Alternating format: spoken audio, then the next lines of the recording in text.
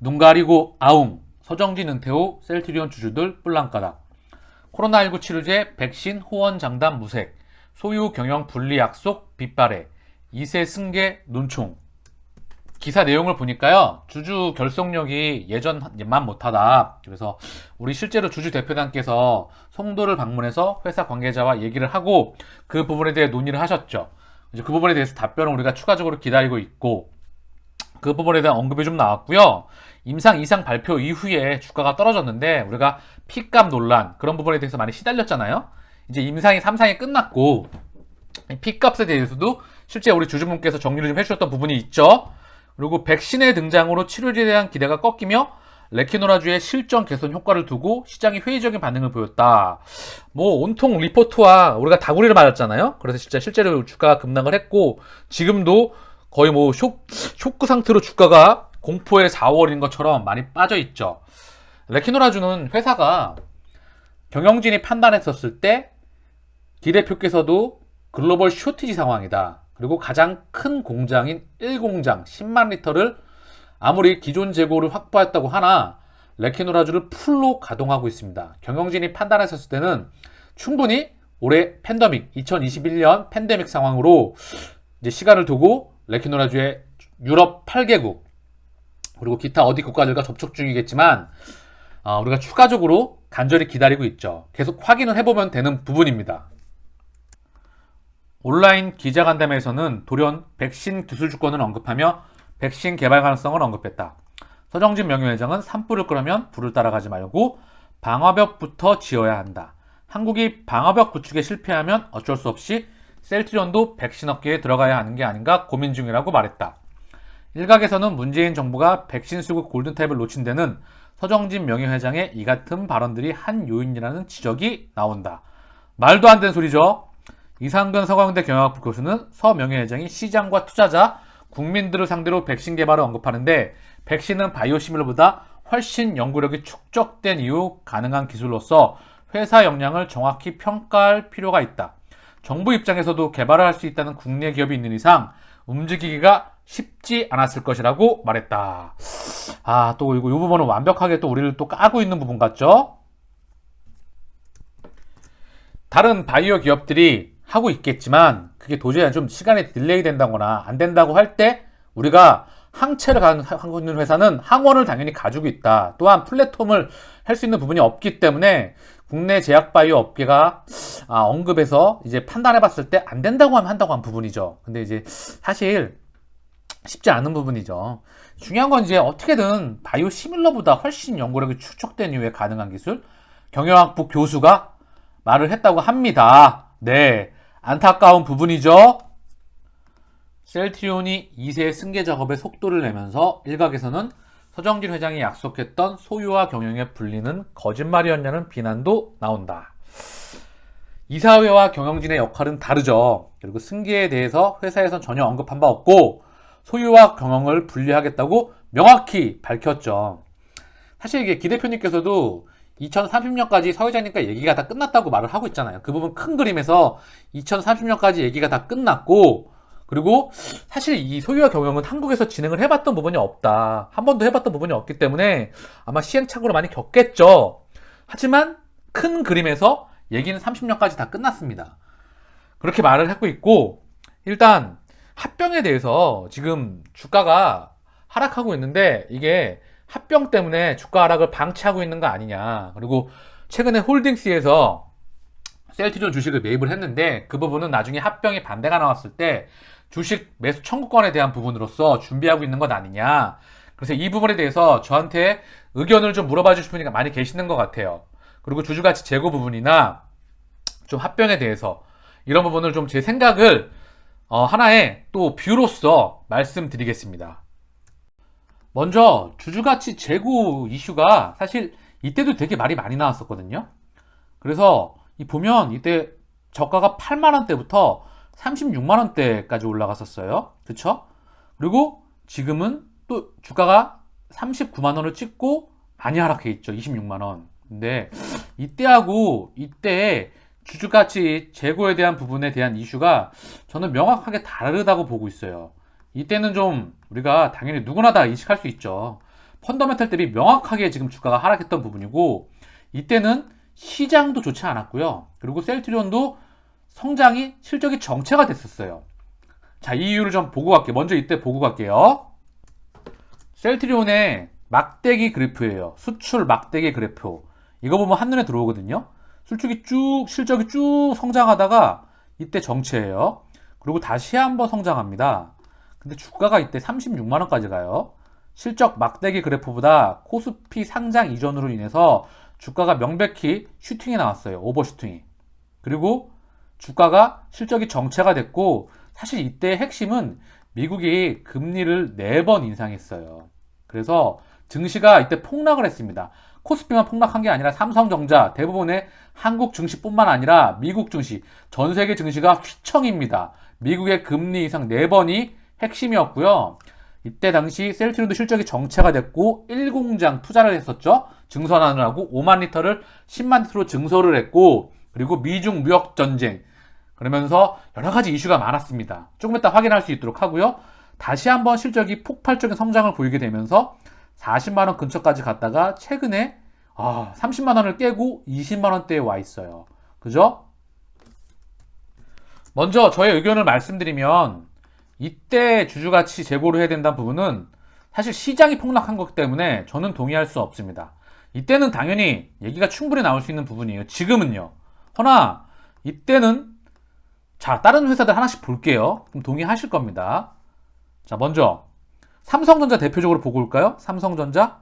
자, 삼성전자도 이때 2017년도에 대략 이때 코스피가 2600을 찍거든요. 고점을 대략 한 6만원 찍고요. 저점을 한 3만원대까지 찍어요. 36,000원대, 7,000원대까지 찍습니다. 36,000원, 7,000원대까지 37,800원. 고점이 57,000원이에요. 삼성전자도 지금 많이 빠졌죠. 이때 지수가 폭락을 했어요. 2600을 찍고 1900대까지 빠지게 되거든요. 1900인가? 많이 빠졌었어요. 자, 다른 것도 한번 볼게요.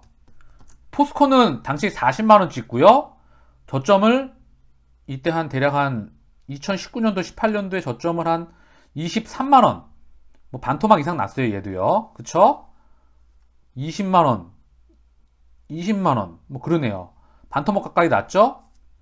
LG전자를 보게 되면 이때 당시에 대략 한 11만 3천원, 4천원대에서 2019년 8월 기준으로 보게 되면 대략 한 5만 8천원, 9천원 여기까지 좀 빠졌었어요. 이때 증시가 폭락을 했었죠. 거의 뭐 반토막 가까이 얘도 났었죠. 삼성바이오로직스 한번 볼까요? 얘도 고점을 대략 한 60만원 가까이 찍고 저점을 24만원 여기까지 찍네요. 그쵸? 얘도 반토막 이상 났죠. 반토막 가까이 났고 이상 났고, 이때 당시에 증시는 다 폭락했습니다. 한미약품 한번 보고 올까요? 한미약품 같은 경우에는 59만 6천원, 뭐 한 59만원, 뭐 그 근방에서 2019년 8월 기점으로 보면 26만원 가까이 빠졌어요. 이때 기술 반환 사태가 좀 있었던 것 같기도 한데, 뭐 내부 악재가 좀 있었던 것 같기도 한데 엄청나게 빠졌죠. 60만원 근처에서 27만원, 반토막 이상 났죠. 그쵸? 다 어쨌든 대부분 때 증시가 휘청이었습니다. 제넥신이에요. 이거 백신회사잖아요. 보면 2018년에 한 12만원 가까이 찍고 2018년 9월 정도쯤에 2019년 8월 정도쯤에 대략 한 5만원대, 얘도 반토막 이상 났죠. 셀트리온 차트랑 상당히 비슷하게 생겼네요. 그쵸? 바이오 차트라서 그런가요? 쭉 찍고 빠지고 저점권 쭉 다시 빠지고 요 근방에 있어요. 상당히 비슷하게 생겼습니다. 그쵸? 하지만 펀더멘탈과 그리고 기술력과 사실 뭐 국내 제약 바이오 업계에서는 뭐 그렇잖아요. 그죠? 어쨌든 이 변동폭이 조금 더 이렇게 오버슈팅도 나오고 언더슈팅도 나오고 변동폭이 조금 세죠. 코스피 지수의 2014년도부터 2021년도에 장기 일봉 차트예요. 이 그림을 보니까 한눈에 지금 상황의 그림이 보이는데, 2016년도, 17년도에 글로벌 반도체 쇼티지, 디램 가격의 폭등을 인해서 삼성전자와 SK 하이닉스를 필두로 압도적인 상승세를 필두로 2600을 찍습니다. 그리고 미국의 1년에 무려 4번 가까운 금리 인상 사이클로 인해서 전 세계 증시가 충격을 받죠. 당연히 미국, 아시아, 유럽, 한국도 이때 2600부터 무려 1980포인트대까지 폭락하게 돼요. 그리고 다시 미국이 노! 이제 우리 금리 인상 멈출 거야. 안 할 거야 더 이상. 그리고 다시 한번 증시가 반등을 하고 있다가 일본의 화이트리스트 제외 요 이슈가 나오면서 다시 한번 폭락. 그리고 상승. 코로나 사태로 인해서 쭉 빠졌다가 미국이 제로금리와 압도적인 무제한 양적 완화 그리고 천문학적인 재정 정책으로 인해서 쭉 전 세계 증시가 반등을 하고 동학 개미의 운동에 의해서 지금까지 와 있는 상황입니다. 결국 이때는 시장이 빠그러졌다. 그쵸? 2017년도 18년도에는 시장이 빠그러졌어요. 삼성전자, SK, 하이닉스 아까 삼성전자 차트 보셨죠? 하이닉스도 빠그러졌고요. 자, 미국 증시 한번 확인해 보겠습니다. 당시 나스닥 차트예요. 똑같아요. 나스닥도 쭉 가다가 한 번씩 빠졌다가 이때 쭉 나오죠. 미국의 금리 인상 4번 사이클이 진짜 무서웠습니다. 금리 인상 안 할게. 오케이. 우리 지금 증시가 아직 무너지면 안 돼. 다시 한번 쭉 달립니다. 그리고 코로나 사태에 의해서 쭉 빠지고 다시 한번 무제한 양적 완화와 제로금리와 압도적인 재정정책에 의해서 천문학적인 재정정책으로 해서 지금까지 미국도 이제 로빈후드 운동이라고 하죠. 계속해서 달려나가고 있어요. 나스닥 차트입니다. 대부분의 지금 증시가 이런 모습을 보이긴 해요. 유럽과 일본. 유럽은 지금 유럽은 조금 달라요. 유럽은 좀 되게 많이 성장이 정체가 돼 있어요. 유로스톡스 50 차트입니다. 2013년도부터 2021년도 확실히 유럽은 성장이 확실히 정체가 돼 있죠. 그쵸? 그래서 이때 2018년도에 18년도에 얘도 빠그러졌다. 유럽도. 그리고 코로나 때는 심하게 기울기가 컸죠. 그리고 이제 회복을 조금 한 상태예요. 이제 조금 회복한 상태. 그죠? 조금 다르죠? 다른 좀 차트하고. 이제 막 정고점을 살짝 뚫었다. 그렇게 보면 되겠죠, 유럽은. 다시 셀트리온으로 돌아와서 결국 2018년도, 19년도하고는 얘기가 다른 부분이죠. 이때는 시장이 폭락됐고 실적이 정체가 됐고요. 이 부분하고 지금하고는 당연히 얘기가 다른 부분이에요. 그러니까 회사에서 대응하는 부분에 대해서 이 부분은 저 또한 이 부분은 많은 주주분들께서 동의하실 거라 생각을 합니다. 이 부분은 전체 모든 시장과 종목들이 다 빠그러졌다. 그러니까 이 부분을 할 말이 없는 거예요. 지금은 다르다. 주주가치의 재고에 대한 부분, 소통에 대한 부분 충분히 얘기가 될 수 있는 부분이긴 합니다. 다만 무상증자 그리고 자사주 매입 예전에 엄청나게 하고 공매도와 전쟁을 벌였고 검찰 조서까지 받았죠. 예전에 다 하긴 했죠. 그래서 결국 주주가치 재고에 대한 부분이나 또는 실적으로서 레키노나 주건 우리가 실적으로서 이 주가에 대한 부분을 상방으로 돌리거나 추가적으로 확인이 가능한 부분이어야 됩니다. 그쵸? 그런데 합병 때문에 지금 주가 하락을 방치하고 있는 거다. 왜냐하면 이제 셀트리온 홀딩스, 셀트리온 헬스케어 홀딩스, 그리고 셀트리온 헬스케어, 셀트리온 제약 이 부분이 있잖아요. 그래서 셀트리온이 주가가 하락을 해야 회사 입장에서는 비용이 덜 들어가니까 이게 방치하고 있는 것 아니냐? 이 부분에 대해서 제 생각을 말씀드리겠습니다. 셀트리온 그룹의 지배구조예요. 셀트리온 홀딩스, 셀트리온 제약, 그리고 셀트리온 헬스케어 홀딩스, 셀트리온 헬스케어. 여기 새로 설립한 거잖아요. 셀트리온 헬스케어 서정진 회장 지분을 가지고 만드는 거죠. 어쨌든 최종적으로 보게 되면 서정진 마지막에는 요거 두 개 합쳐가지고 지주회사 하나 만들고요. 그리고 3사 합병한 거 다 들어가겠죠. 근데 결국 얘가 우리 셀트리온이 주가가 상승을 하면 회사 입장에서는 비용이 많이 들어가잖아요. 그래서 의도적으로 지금 주가 하락을 방치하고 있다. 그래서 예를 들면은 주가 하락으로 인해서 합병에 대해서 반대를 했을 때 주식 매수 청구권 비용이 발생하잖아요. 나 이거 반대할래. 그러면은 회사가 주식을 다 사들여야 되잖아요. 그러면 회사가 가지고 있는 현금, 그쵸? 이거 보니까 1조가 안 돼요. 제가 좀 이따 같이 볼 거고요. 그리고 우리 회사 주주분들이 이 매수 청구권들이 금액 예상하는 게 다 차이점이 있을 수 있잖아요. 어떤 분은 뭐 1조 5천억, 뭐 1조, 2조. 결국 이 부분에 대해서도 매수 청구권 발생했을 때 회사가 감당을 다 하려면 주가가 떨어져야 된다. 같이 떨어지는 거니까요. 셀트리온의 현금 흐름표예요. 영업활동 현금 흐름, 투자활동 현금 흐름, 그리고 재무활동 현금 흐름입니다. 현금 흐름표에서 가장 중요한 건 영업활동 현금 흐름이에요. 영업활동으로 하는데 3개월 안에 현금화 시킬 수 있는 돈이 계속 들어오고 있느냐, 가장 중요한 거죠. 제가 예전에도 말씀드렸죠. 영업활동 플러스 투자활동 마이너스, 투자는 계속 돼야 된다. 재무활동 마이너스, 그게 가장 좋은 그림입니다. 근데 일단 지금은 현금, 지금 기초 기말 현금을 보면 남아있는 금액이 6,150억 남아있어요. 6,152억 셀트리온 기준입니다. 영업활동 현금 흐름이고요. 요거를 재무상태표를 보게 되면 쉽습니다. 여기 보면 유동자산, 1년 안에 현금화 시킬 수 있는 자산 중에서 단기 금융자산과 현금 및 현금성 자산이 6,150억, 그리고 10억, 그죠? 10억 정도가 있어요. 6,152억, 100억 정도가 있네요. 단기 금융자산은요. 결국 6,250억 정도의 총알이 있어요. 현금이요. 근데 이게 약도 개발해야 되고, 알고 계시죠? 바이오 시밀러 하나 개발하는데 3,000억 플러스 마이너스 알파, 그쵸? 램시마 3,000억, 허즈마 4,000억, 그리고 이번에 레키노나주는 1,500억, 그리고 변이에 대해서 1,500억 가까이 들어가잖아요. 특히 레키노나주는 신약 1조 가까이 들어가고 10년이 들어가는 비용인데, 기본적으로 1년 이상까지, 그리고 개발 허가까지 1년, 그리고 이제 추가적으로 3상을 하고 있습니다. 대단한 거죠? 로슈 기준으로 정말 12년과 1조 이상에 들어가는 비용이에요. 그래서 제가 한번 지난번에 말씀을 드렸는데 굉장히 파괴력 있는 거다. 어쨌든 다시 지금 약도 개발해야 되고, 셀트리온 기준에서는 사실 이 부분을 자사주를 매입하기가 성장하는 회사잖아요. 지금 성장을 해야 되고 계속해서 매년 바이오 시밀러를 하나씩 출시해야 됩니다. 임상을 진행해야 되고 빠듯해요. 그래서 얘를 자사주를 계속 쓰면 빡빡할 수도 있는 부분이긴 합니다. 물론 캐시카우가 계속해서 나오긴 합니다. 영업활동 현금 흐름을 보게 되면, 자, 보고 올까요?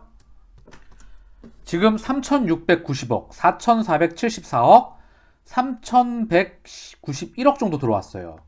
결국은 이 3,000억 정도 들어왔는데, 결국 지금 그래서 6,000억 정도 회사의 계좌에 있는데, 이게 합병 비율로 쓴다는 것 자체가 회사가 연구개발을 계속해야 되고 압도적인 폭발적인 성장을 해야 되는데, 이 돈을 주식 매수 청구권으로 감당을 한다? 제가 봤을 땐 턱없다. 어려운 부분이다. 먼저 셀트리온의 사업보고서의 재무제표를 좀 봐야 될 것 같아요. 그래야 이 재무제표에서 현금 흐름표와 재무상태표를 보면 회사의 총알이, 현금이 얼마나 있는지 좀 알 수가 있거든요. 먼저 현금 흐름표를 볼게요.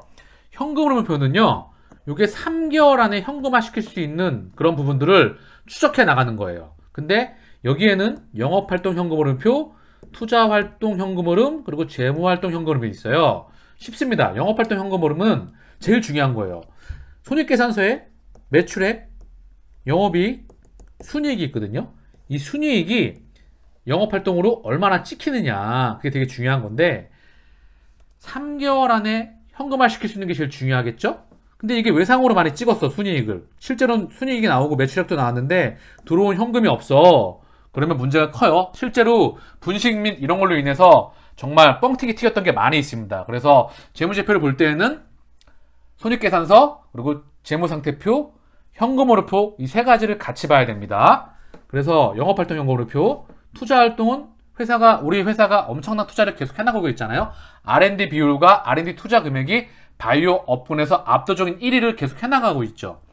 마이너스가 계속 좋겠죠. 그리고 재무활동은 계속해서 돈을 끌어온다는 거예요. 플러스가 되면. 그게 뭐 은행에서 끌어오건 유상증자로 끌어오건 계속해서 돈을 끌어온다는 얘기니까 안 좋은 겁니다. 사실 이거는 안 좋다고 보기 그렇고요. 빚을 계속해서 마이너스 되는 게 좋겠죠. 참고사항으로 말씀을 드린 거고, 지금 회사에 얼마나 총알이 있냐, 현금이 있나를 좀 보고 오겠습니다.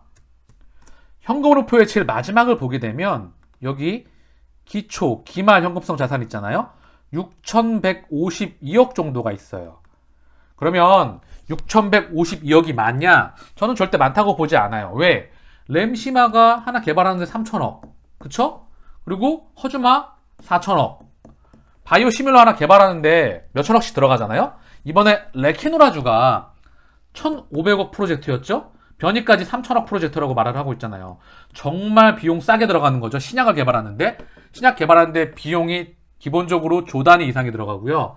개발 기간도 10년 이상이 들어갑니다. 그래서 이 부분을 하늘이 준 기회라고 말을 드렸던 부분이고요. 재무상태표를 좀 보고 올게요. 이 재무상태표에는요, 기본적으로 자산, 부채, 자본이 있어요. 이 중 총알, 현금이 얼마나 있는지 보는 거기 때문에 유동자산을 봐야 되거든요. 자산에는 유동자산과 비유동자산이 있는데, 유동자산은 1년 안에 현금화 시킬 수 있느냐, 1년 안에 현금화 시킬 수 없느냐, 요걸 말하는 거거든요. 그래서 지금은 현금화 시킬 수 있는 게 중요하니까 현금성 자산과 단기 금융자산을 보면 돼요.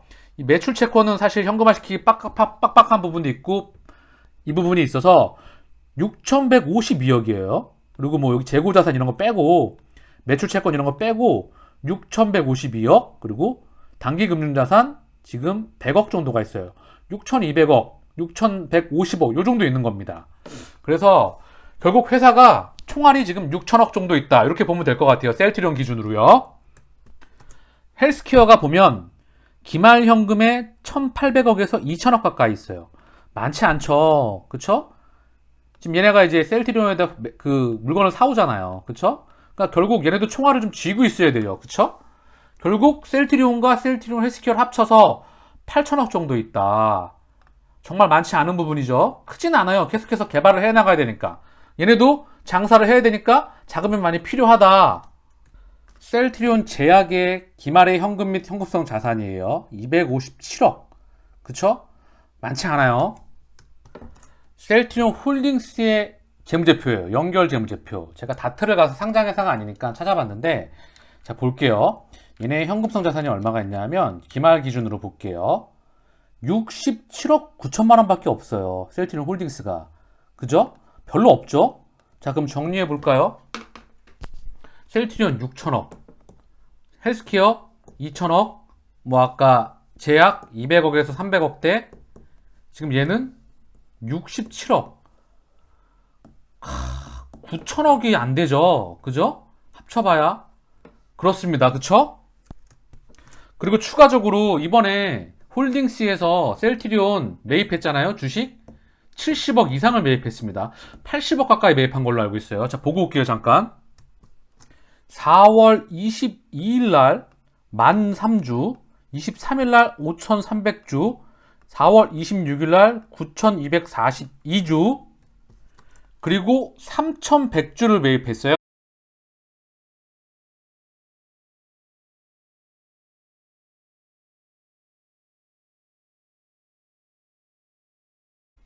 총 얼마인지 봤더니 27,673주예요. 평당가를 29만원 정도로 잡았습니다. 그랬더니 80억이 좀 넘게 나왔어요. 그쵸? 그러면 셀트리온 홀딩스 기준으로 먼저 이 얘기 언급하고 가면, 셀트리온 홀딩스가 이제 1분기 이제 보고서나 이런 부분을 봐야 되겠죠? 하지만 80억 이상 지금 셀트리온을 매입했어요. 그쵸? 저는 없는 자금에 지금 셀트리온 주식을 매입을 했다. 그리고 여기서 또 하나 언급하고 갈게요. 그룹 내 총 자금이, 현금성 자산이 9천억이 안 돼요. 그쵸? 그러면 우리가 합병을 진행할 때, 합병에 대해 반대를 한다 그럴 때 과연 주식 매수 청구권이 얼마가 나올지 모르잖아요. 아무도. 조단위 플러스 마이너스 알파겠죠? 뭐 1조 5천억이 될 수도 있고 2조가 될 수도 있고 1조 미만이 될 수도 있고 확인해 봐야 되겠죠. 어쨌든 회사가 계속 운영이 돼야 되잖아요. 그런데 이 주식 매수 청구권으로 이 자금을 다 쓸 수 있어요? 없잖아요. 그러면 지금 우리가 합병에 대해서 어느 정도 목소리를 행사할 수 있겠죠? 동의가 필요하잖아요. 막무가내로 진행할 수는 없는 부분이죠.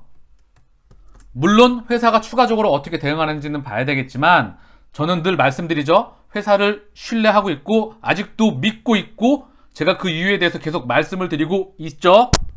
아까 셀트리온 홀딩스 얘기를 조금 더 하고 가면, 셀트리온 홀딩스가 셀트리온 주식을 80억 가까이 매입했어요. 2020년도 12월 사업보고서 기준 자금이 연결 기준으로 67억인가 있었죠. 물론 이제 2021년도 1분기 확인을 해봐야 되겠지만, 없는 자금에 80억 가까이 셀트리온 주식을 매입했습니다. 이 말씀 좀 드리고 갈게요. 이 80억 갖고 우리가 나중에 3분기나 4분기에 있을 합병에 대해서 반대, 주식 매수 청구권 갖고 미리 대비한다고요? 이거는 좀 아닌 것 같아요. 제 생각은. 왜냐하면 조단일 텐데 이게 반대를 하게 되면 이 80억 갖고 꼴랑 되겠습니까? 택도 없는 얘기 금액이지 않겠습니까? 이 부분은 아닌 것 같고, 또 하나 의미하는 게 셀트리온의 현금이 6천억 정도 있잖아요. 그래서 셀트리온은 자사주 매입은 안 된다. 기 대표님께서도 분명히 이건 양보할 수 없다고 말을 했잖아요. 왜? 얘는 끊임없이 연구 개발 생산을 해야 되는 기업이다. 몇천억씩 자금이 들어가잖아요. 그래서 이 돈은 절대 자사주에 안 된다.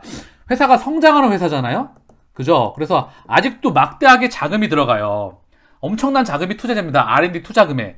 그래서 이 부분은 셀트리온 자금은 안 된다. 그래서 셀트리온 홀딩스를 통해서 자사주로 들어왔던 부분이고, 아마 이제 우리가 지금 폭발적으로 성장하는 회사잖아요. 그러다 보니까 자금이 많이 필요합니다. 투하가 많이 되죠. 그러면 회사가 폭발적으로 성장하는 게 더 중요하다고 판단하는 것 같아요. 그래서 성장이 언젠가 셀트리온도 언젠가 성장이 정체가 될 겁니다. 가치주로 변신을 하겠죠. 예전에 마이크로소프트를 보게 되면 마이크로소프트가 폭발적으로 성장을 하다가 성장이 정체가 되니까 이때는 배당을 거의 안 했어요. 그러고 나서 이제 배당을 많이 하게 되죠. 아마도 언젠가 셀트리온도 가치주로 변신을 하겠죠. 그죠? 당분간은 아니겠지만 꽤 긴 시간 동안 폭발적인 성장을 하리라 저는 확신합니다. 그래서 지금 주주가치 재고에 대한 부분이 좀 많이 맞지 않는 부분들이 있을 수 있겠고, 마음에 들지 않는 부분도 있을 거라 생각을 합니다. 정리하겠습니다. 합병 이전에 셀트리온이 주가의 하락을 방치하고 있다. 회사 내에서.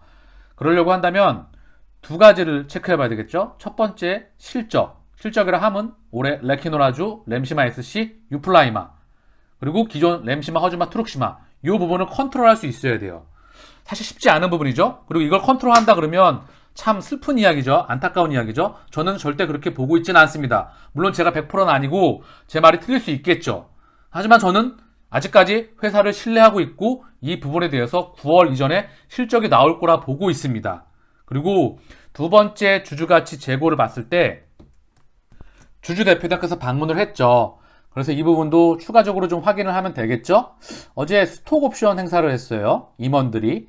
물론 이제 가격이 떨어진 것 같아서 행사 기간에는 행사를 했겠지만 저가에 뭐 행사를 했다 이렇게 말할 수도 있겠지만 추가적인 확인이 필요한 부분입니다. 결론을 내면 합병 이전이건 합병 이후건 큰 그림에서 보면 셀트리온의 실적은 2021년, 2022년, 2023년 폭발적인 성장을 합니다. 고로 시차를 두고 반드시 주가를 반영할 것입니다. 큰 그림에서 본다면 말이에요. 결론은 바뀌지 않습니다.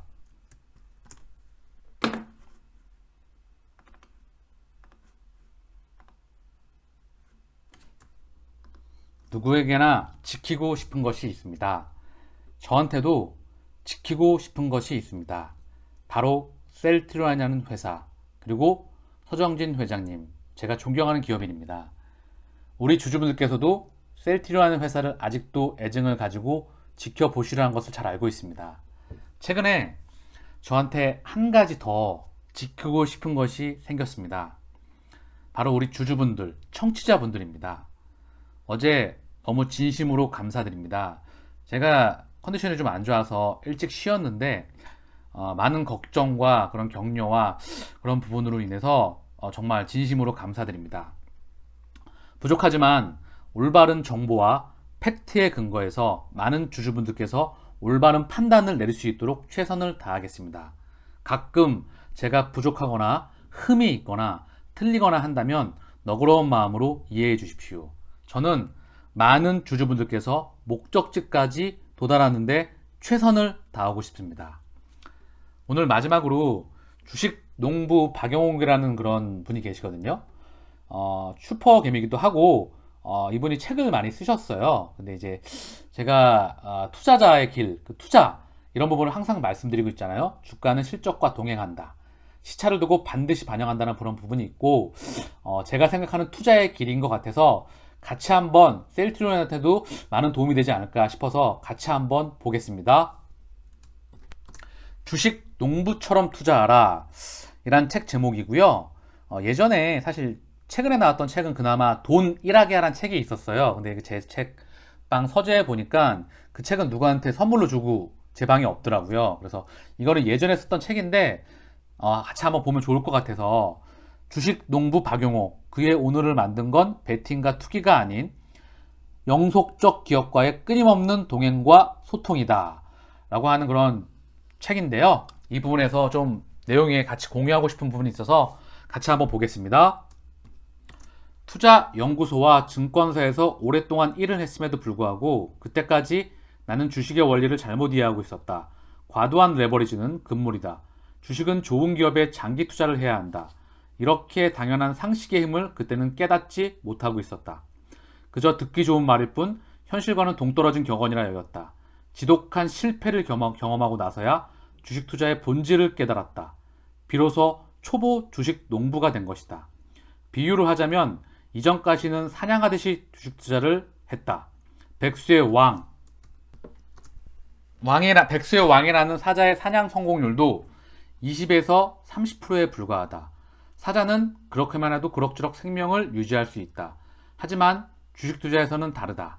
주식을 사냥하듯이 목표, 종목을 수시로 바꿔가면서 그것도 과도한 레버리지와 단기 투자의 방식으로 하면 10번을 잘해도 단 한 번의 실패로 자산이 다 날아갈 수 있다. 사냥꾼과 달리 농부는 씨앗을 뿌린다. 김을 메고 해충을 잡는다. 꽃이 피고 진 다음에 열매가 열리면 그것을 수확한다. 사냥꾼은 운이 좋으면 산에 들어가자마자 감나가는 짐승을 잡을 수도 있지만 농사꾼은 항상 시간이 필요하다. 대신 사냥보다 훨씬 더 안정적이다. 주식 농부가 관리해야 할 농작물은 기업이다. 농부가 벽실을 뿌리고 모내기를 하고 모를 대고 잡초를 뽑고 해충을 잡듯이 주식 농부는 성장 잠재력이 있는 기업에 종잣돈을 뿌리고 기업 현장을 방문하고 경영자를 만나고 소통한다. 농부는 다른 논은 몰라도 자기 논에서 기르는 작물들의 상태는 손바닥 보듯이 훤히 안다. 농부가 작물이 자라는 과정을 보면 올 가을의 수확량을 짐작할 수 있듯이 주식 농부도 기업 활동을 꾸준히 지켜보면 몇 년 후 기업이 어느 정도 성과를 낼 것인지 예상할 수 있다. 농부의 마음으로 주식 투자를 한다는 것은 어수룩해 보이고 미련해 보일 수 있지만 결국 그것이 나를 분홍으로 만들어 주었다. 중국 북송의 유학자 정호의 추일우성이란 시의 한 구절이다. 만물정관계자득 사시가 흥여인동. 내가 굉장히 좋아하는 식구인데 만물을 고요히 바라보면 스스로 얻을 것이요 사계절의 아름다운 흥치를 남들과 함께 한다는 뜻이다. 만물정계자득 고요하고 평온한 마음으로 사물을 바라보면 그 이치와 흐름을 저절로 알게 된다. 사람의 얼굴도 고요한 마음으로 바라보면 어떤 생각으로 어떻게 살아왔는지 알 수 있다. 주식도 욕심이나 불안에 흔들리지 않고 기업을 고요히 바라보고 소통하면 어떻게 가고 있는지 보인다. 사시가 흥여인동. 농부는 혼자만 먹으려고 하지 않는다. 내 밭에 오이가 많이 열리면 팔기도 하지만 이웃과 나눈다. 내 집에 오이가 담을 넘어가면 저 집에서는 김치라도 담아서 되돌려 보낸다. 그것이 농부들의 마음이다. 나는 그런 것들이 좋다. 사람들과 함께 나누면서 살고 싶다. 지금까지 주식 농사를 지으면서 과실까지 따라본 적은 없는 것 같다. 항상 꽃이 폈을 때 팔았다. 내가 지은 농사, 내 동업자들이 지은 농사의 결실을 나만 먹고자 하지 않았다. 내가 최초의 목표로 했던 주가에 이르면 팔고 나왔다. 대부분 그 이후에 주가는 더 올랐다. 무릎에 사서 어깨에 팔라는 경험 때문만은 아니다. 나는 내가 동행한 기업이 애물단지가 되는 걸 원치 않는다. 가능하면 같이 수익을 나누고 함께 흥취를 즐겼으면 한다. 주식 사냥꾼에서 주식 농부로 살아온 지 벌써 10년이 되었다. 나는 독자들이 나의 실패 사례를 타산지석으로 삼기를 바란다. 굳이 실패했던 길을 꾸역꾸역 갈 필요가 있는가? 주식 사냥은 너무 위험하고 불안한 방식이다. 말이 투자이지 사실은 투기다. 농부가 농작물에 애정을 가지고 땅을 소중히 하듯 기업을 소중하게 생각하고 동행하면서 소통을 하면 누구나 주식 분홍이 될 수 있다고 믿는다. 좋은 씨앗을 찾고 가꾸고 시간을 두고 기다리는 것. 이렇게 당연한 상식이 내가 20년 넘게 주식시장에서 일하면서 깨달은 주식 투자의 왕도다. 여러분, 셀트리온의 실적은 2021년, 22년, 23년 계속 성장합니다. 반드시 실적이 성장하는 기업은 시차를 두고 주가를 반영합니다. 마치겠습니다. 감사합니다.